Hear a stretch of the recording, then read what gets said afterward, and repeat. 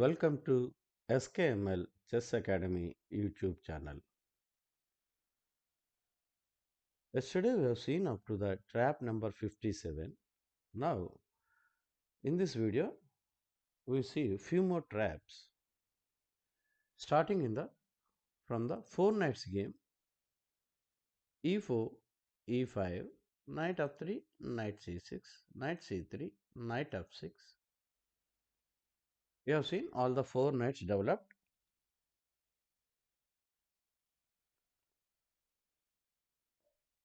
Here bishop developed to b5 square to pin the knight on the e8 a4 diagonal. So knight plays d4, attacking the bishop and asking a question whether you take the knight or not by the f3 knight. So bishop was retreated to a4 square. Here bishop c5 played, knight into e5, castles, knight f3, d5. Capturing of this pawn is not good as it opened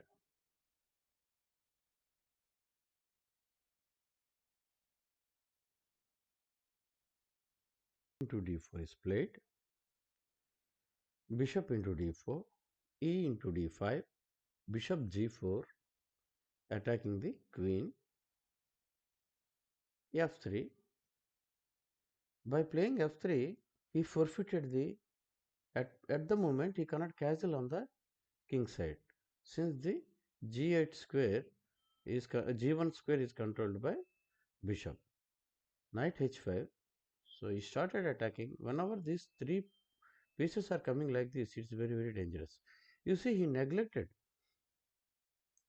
The idea behind the knight h5 is when he played knight h5, he is clearing the diagonal h3, h4, d8 diagonal, so that if he captures, he will say, he will come to the, suppose if he capture this, queen will come here and say check. If he moves here, there is a checkmate.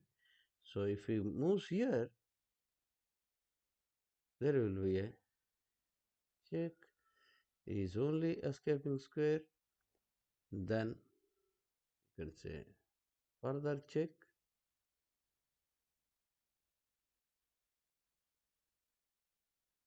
Then he has to move here, has to move further.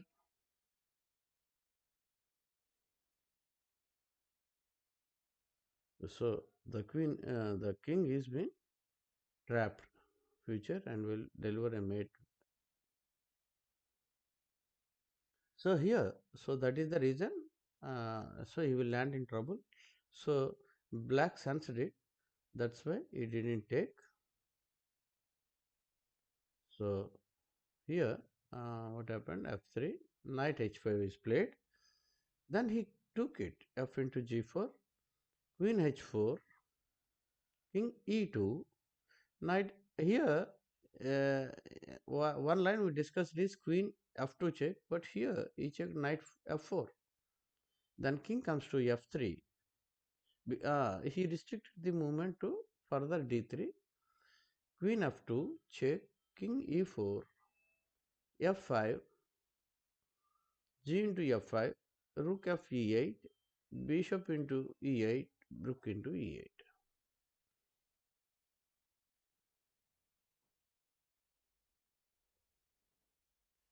Now let us see another game. It trap number 59. It's 4 knights game. e4, e5, knight f3, knight c6, knight c3, knight f6, bishop b5, a6, bishop into c6, d into c6, knight into e5, knight into e4, knight into e4, queen d5. Here he castles, queen into e5, d4, He cannot capture this. If we capture this, we will simply win the queen by placing the rook here. If he takes like this, we will put this here. So that is the reason he didn't take this. So queen has gone to f5. Then here anyway we come to rook. White places the rook to e1.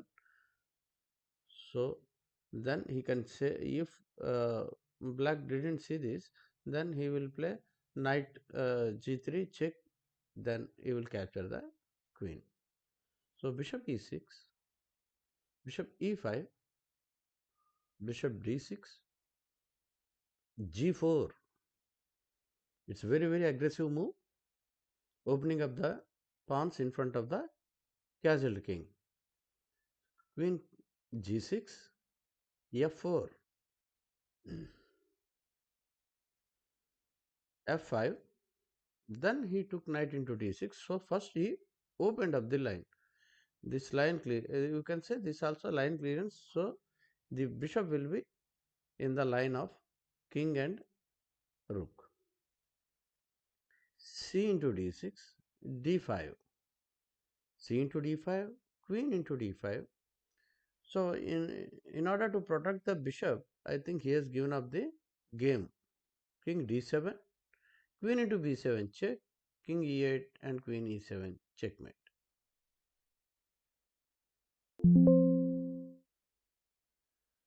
So let us see another game. e4, e5, knight f3, knight c6, knight c3. This is also a 4 knights game. Knight f6, bishop c4 and bishop c5, castles, castles, d3, d6. Almost everything is coming as a symmetrical. uh, Bishop g5, it's a symmetrical play almost.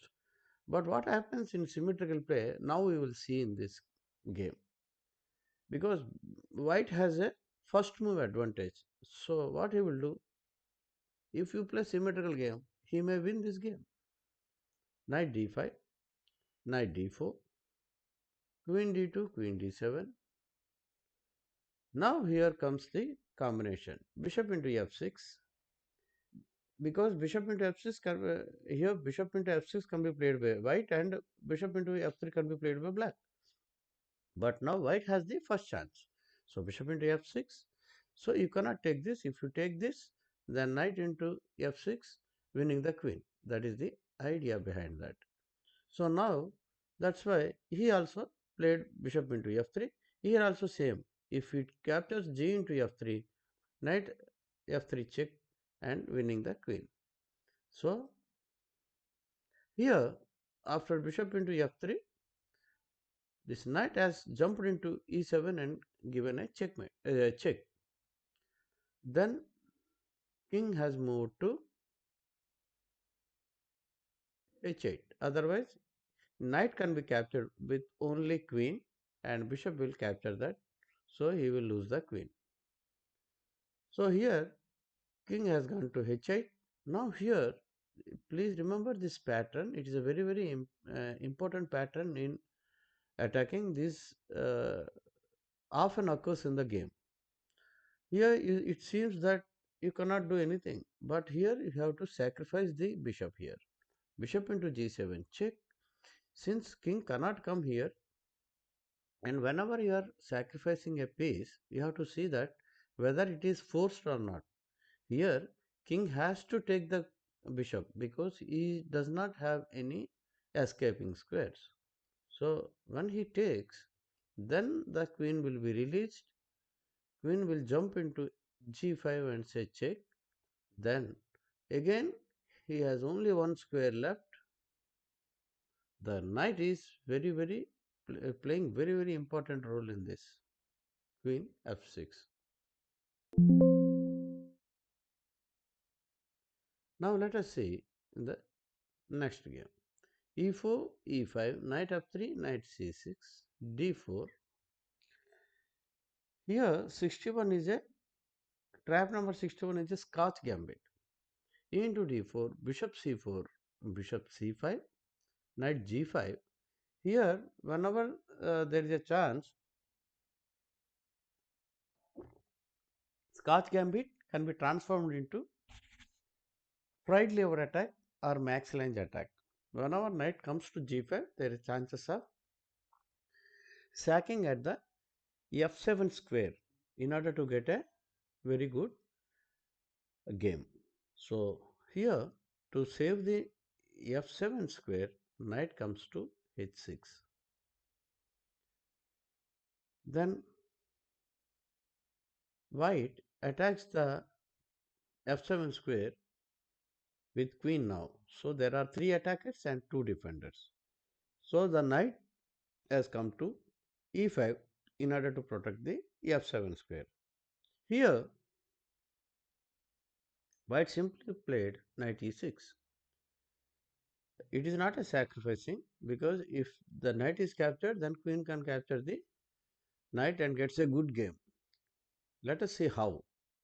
Here, black, without realizing the dangers of this move, he just moved he captured the knight. Here, you see, whenever on chessboard, if you make a move with multiple attacks, then your attack has more chances of success. So here, queen into e5. Here, you cannot save this. What is the attack here? It is queen is attacking the g7 pawn, also attacking the c5 pawn. If he cannot save both. If you try to save both by moving the bishop to f8, then immediately bishop into h6, winning the piece. Because if we capture with this, if we capture, then you will. So it is ruled out. So only step is queen d6. Now here, queen into g7 is on the cards. Now one of the pieces he will lose. So if he saves this by playing here, so he will take this. Now let's see another trap. Here, this is Scotch game. We have already seen in the opening ideas e4, e5, d4 is the center game. e4, e5, knight f3, knight c6, d4 is the Scotch game. Because always white wants to play d4. e4, e5, knight f3, knight c6, d4. Here e into d4 is played, knight into d4. Here black queen came early into the attack, attacking the f2 square, also attacking the e4 square. So queen d3, safeguarding the pawn here.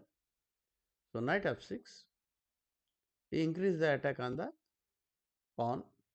Knight d2, one more defender has come for the e4 pawn. Knight g4. Now here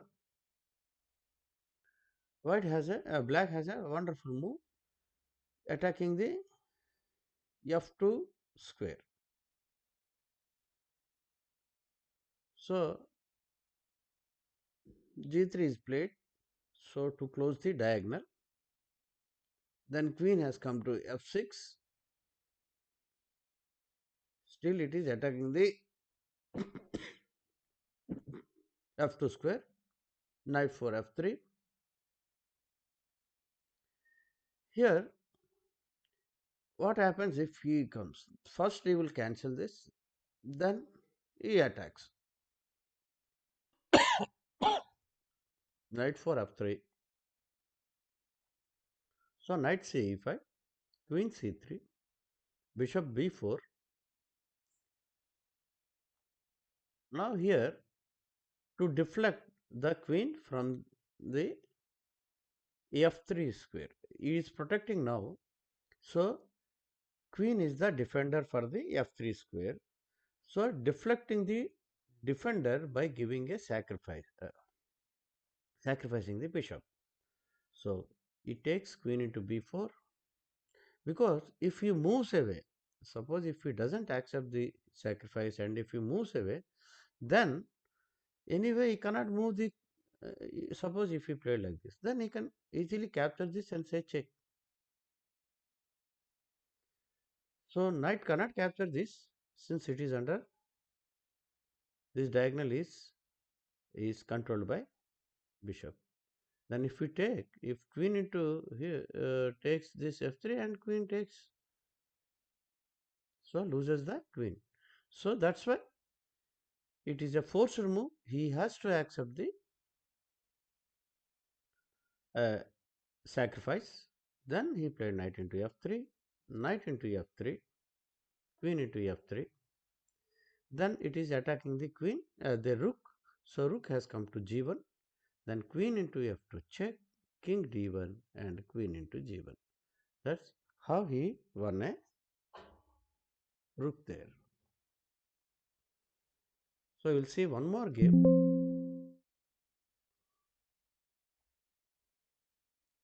e4, e5, knight f3, knight c6, d4. Also a Scotch game.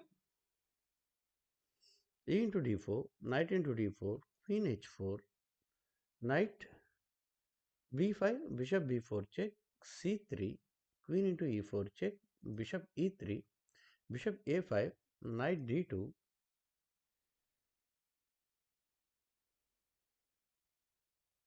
attacking the queen here, but queen has moved to d5, knight c4. Here he cannot take this. So queen into d1. Here he cannot take this. If he takes this, then it will be open check and he loses the queen. That is the idea between this. Okay, so uh, here it was the situation like this, position is like this. Then he takes this queen into d1, rook into d1, in order to save this pawn. And because why this pawn, if we try to play on king side, suppose king side, first he will take this knight, bishop, and when he plays, he will place that and winning the exchange here. So that is the reason here in this situation, rook into d1, then king has moved to d8. Then here knight into a5. Anyway, knight captured the bishop on the a5. Knight into a5. Now the bishop will attack the, increase the attack on the c7. Bishop f4. Here he played d6. Here white sacrificed a piece. Knight to c7. King into c7. Because the main reason why he is bringing the king to here. See, whenever you are evaluating a position, king safety is utmost. Now he king himself is exposed to the two bishops to these diagonals. That is the reason a well calculated sacrifice was made here. Although white king is also in the center, he cannot be attacked immediately. Here the both the rooks cannot be released immediately. That is the weak point in the black camp. So king into c7, rook into d6. Here he can take with bishop, but he prefer to take with this so that he can open check. He can give the open check in the next move. So sensing this, knight c6 was played. Here rook comes to d5 check. So this bishop is controlling this diagonal. You see, whenever a king is on any square, suppose if it is an this square, now there are 8 squares besides the king. Here, if you see 1, 2, 3, 4, okay, you can say 1, 2, 3, 4, 5, 6, 7, 8 squares. But when a king is at the edge, I will show you it will be restricted only 5 squares. So these are all very important. I will I will be making a checkmate pattern uh, after 2 days. Then you can understand how these squares around the king, by controlling them, you can checkmate the king. So here, out of the 8 squares, 3 squares are friendly forces are occupied. So you cannot move to these 3 squares, and this diagonal is controlled by bishop. So bishop is controlling d6 and b8. Rook is controlling d6, d7, d8. So only square left is king b6. So when king b6 has come, now how can he attack further? Rook b5 check, because with the help of the bishop here, you see bishop, although it is not developed from the its original square, it still has a role to play. Then king has to go a6. Now we have seen king other than the edge of the square, edge of the board ante, sorry, edge of the board is a file, h file, first rank, eighth rank. These are all the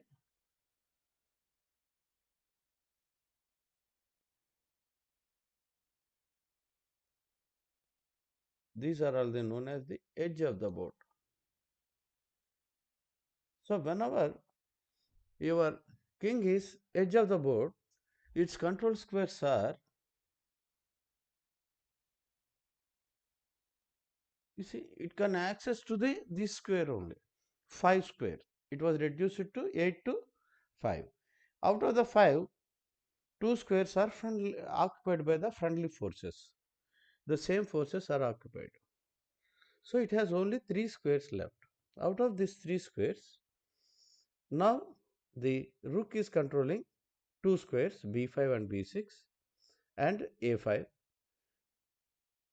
Now king has moved to a6. Now only thing is that now he has to deliver a mate, then it will be checkmated. How it was done? It was done by moving the controlling the this diagonal, bishop c7. So if he gives check at a5, will be delivered a checkmate, but it will not give because this knight is protecting it. So he should have moved this,